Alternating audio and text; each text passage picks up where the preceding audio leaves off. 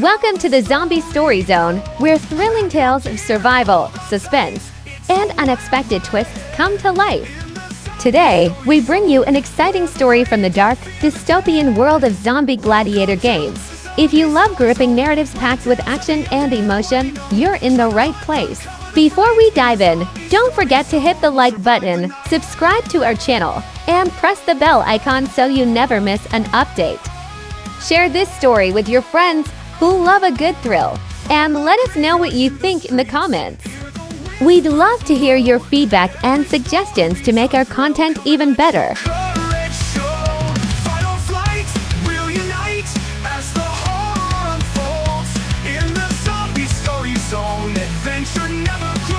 In a dystopian future, where humanity had finally emerged from the ashes of the Great Zombie Plague, the world's governments turned to dark measures to maintain control. The solution was both grotesque and ingenious: the Zombie Gladiator Games, an annual event where captured zombies were pitted against one another or human challengers in bloody spectacles. The arenas drew in millions of spectators both in person and online, an opiate for the masses craving both justice and entertainment. For Zara Mendez, the games were personal. She tightened the strap of her leather armor, her heart pounding in her chest, as the low growls of zombies echoed from the holding pens beneath the arena. The lights above the massive Coliseum-style structure dimmed, and the announcer's voice boomed through the air, igniting the crowd into a deafening roar. Ladies and gentlemen, welcome to the annual Zombie Gladiator Games. Tonight, we have a special treat, a first-time competitor, Zara Mendez. Let's see if she has what it takes to survive the gauntlet. Zara's breath hitched. The announcer made it sound like she was just another thrill-seeker looking for glory. But Zara had no desire for fame. She had entered the games to find her brother, Mateo, 3 years ago, during a raid by the Gladiator Authority. Mateo had been among those taken. She had learned too late that some prisoners were injected with a modified virus that enhanced their physical abilities, but robbed them of their humanity, turning them into obedient zombies for the games. Since then, Zara had trained, fought, and clawed her way into the arena. Tonight, she would uncover the truth. The gates groaned open, revealing a sandy arena littered with jagged weapons, broken shields, and skeletal remains. Zara stepped out into the light, her shadow stretching across the blood-streaked ground. Across from her, a hulking figure shuffled forward. The crowd erupted into cheers.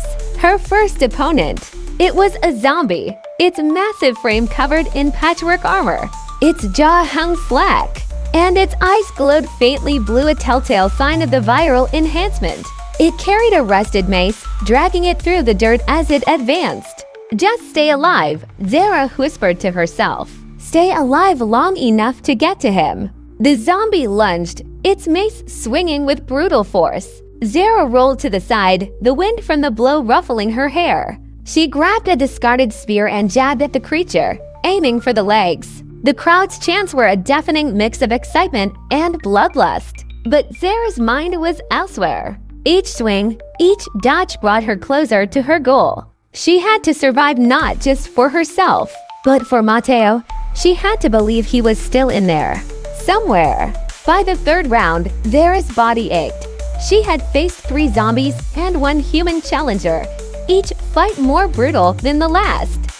But she had survived, earning the grudging respect of the crowd. Her latest opponent, a wiry, feral zombie, lay motionless in the sand behind her. As she caught her breath, the announcer's voice echoed through the arena. And now, for our grand finale, we bring you one of the fiercest zombies in the games. A crowd favorite, please welcome ... the Black Reaper. Zara's stomach dropped. The gates across the arena creaked open, and a figure emerged. Unlike the others, this zombie moved with precision, its movements almost human. It wore sleek black armor, its helmet obscuring its face. But what sent chills through Zara wasn't its imposing presence, it was the name. The Black Reaper, Mateo's nickname when they were kids, born from his knack for sneaking up on people during hide and seek. Zara's heart pounded. Not double quotes, she whispered. The figure stepped closer, its glowing blue eyes locking onto her. The crowd cheered wildly, oblivious to the tension coursing through Zara's veins. She tightened her grip on her weapon, torn between hope and horror. Was it possible? Could it really be him? The Black Reaper struck first, its movements eerily fluid. Zara barely deflected the blow, the impact jarring her arms. Her mind raced. She needed to know. "Mateo," she whispered, her voice barely audible above the crowd. The zombie paused, its head tilting slightly. For a moment, Zara thought she saw a flicker of recognition in its glowing eyes. But then it roared, lunging at her with renewed ferocity. Zara's vision blurred with tears. She couldn't fight him. Not like this. But she couldn't let herself die either. She dodged and parried, her mind working frantically. If Mateo was still in there had to be a way to reach him. "Mateo," she shouted again, this time louder. "It's me, Zara." The zombie hesitated once more, its movements faltering. The crowd booed, their bloodlust unsatisfied by the pause. Zara seized the moment, lowering her weapon. "Listen to me," she pleaded. "You're my brother. I know you're still in there. Fight it." The Black Reaper let out a guttural growl, clutching its head as if in pain. Zara's heart leapt. Was he breaking through? But before she could reach him, a sharp crack echoed through the arena. She turned to see a guard aiming a shock baton at the zombie, electricity arcing from its tip. "No," Zara screamed, but it was too late. The Black Reaper convulsed and fell to its knees, its glowing eyes dimming. Zara was dragged back to the holding area, her screams falling on deaf ears. The crowd's cheers faded into the background as she fought against the guard's grip. She had been so close to reaching him. Hours later, she sat alone in a cold, dimly lit cell, her body aching and her spirit crushed. The door creaked open, and a figure stepped inside. It was a man, his face obscured by a hood. "You put on quite a show," he said, his voice low and gravelly. Zara glared at him. "Who are you?" The man pulled back his hood, revealing a scarred face and piercing green eyes. "Someone who can help you find your brother." Her breath caught. "He's alive." The man nodded, "For now, but the games won't spare him forever. If you want to save him, you'll need to trust me." Zara hesitated. Trust was a luxury she couldn't afford.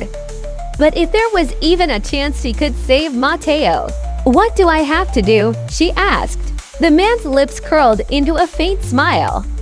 "Escape the arena with me, and bring the Black Reaper with us." The plan was simple in theory. During the next match, Zara would create a distraction, allowing the man who called himself Silas to disable the security systems. Together, they would extract Mateo and flee the arena. But as with all things, reality was far messier. Zara stood in the arena once more, her heart pounding as she faced her next opponent. This time, she wasn't alone. The Black Reaper stood beside her, its glowing eyes vacant, controlled by a handler in the stands. "Stay with me," she whispered, hoping against hope that Mateo could hear her. The gates opened and two zombies emerged, snarling and snapping. The fight began, a chaotic blur of motion and blood. Silas's voice crackled in her earpiece. "Now, Zara, do it now." She swung her weapon, deliberately missing her target and sending it hurtling into the stands. The crowd erupted in confusion, their attention drawn away from the arena. At the same moment, the lights flickered and went out, plunging the stadium into darkness. "Move," Silas barked. Zara grabbed the Black Reaper's arm. "Mateo, come on!" To her shock, he followed, his movements stiff but cooperative. Together, they sprinted toward the hidden exit Silas had indicated. The tunnels beneath the arena were a labyrinth, but Silas's guidance kept them on track. Guard shouts echoed behind them, growing louder with each passing second. "We're almost there," Silas said. "Just keep moving." They burst into a dimly lit chamber, where Silas was waiting beside an armored vehicle. "Get in," he shouted. Zara helped Mateo climb into the vehicle, then followed, slamming the door shut behind her. As the engine roared to life, the guards burst into the chamber, opening fire. Bullets pinged off the armored hull as the vehicle sped away. "We did it," Zara whispered, her voice trembling. But as she turned to Mateo, her relief turned to horror. His glowing blue eyes had dimmed completely, replaced by dull, lifeless ones. His body slumped against the seat. "No," she breathed. "No, no, no." Silas placed a hand on her shoulder. "I'm sorry," he said quietly. "The virus, it consumes them eventually. There was nothing we could do." Zara's world shattered. She had fought, bled, and risked everything to save Mateo, only to lose him anyway. But as tears streamed down her face, she noticed something. Clutched in Mateo's hand was a small, crumpled piece of paper. She unfolded it with trembling fingers. Scrawled in shaky handwriting were 3 words: "Keep fighting, always." And in that moment, Zara knew her battle was far from over. Mateo was gone, but his message burned in her heart. She would tear down the system that had taken him. She would fight, not just for him, but for every soul lost to the zombie Gladiator Games. The arena may have won the battle, but the war had just begun.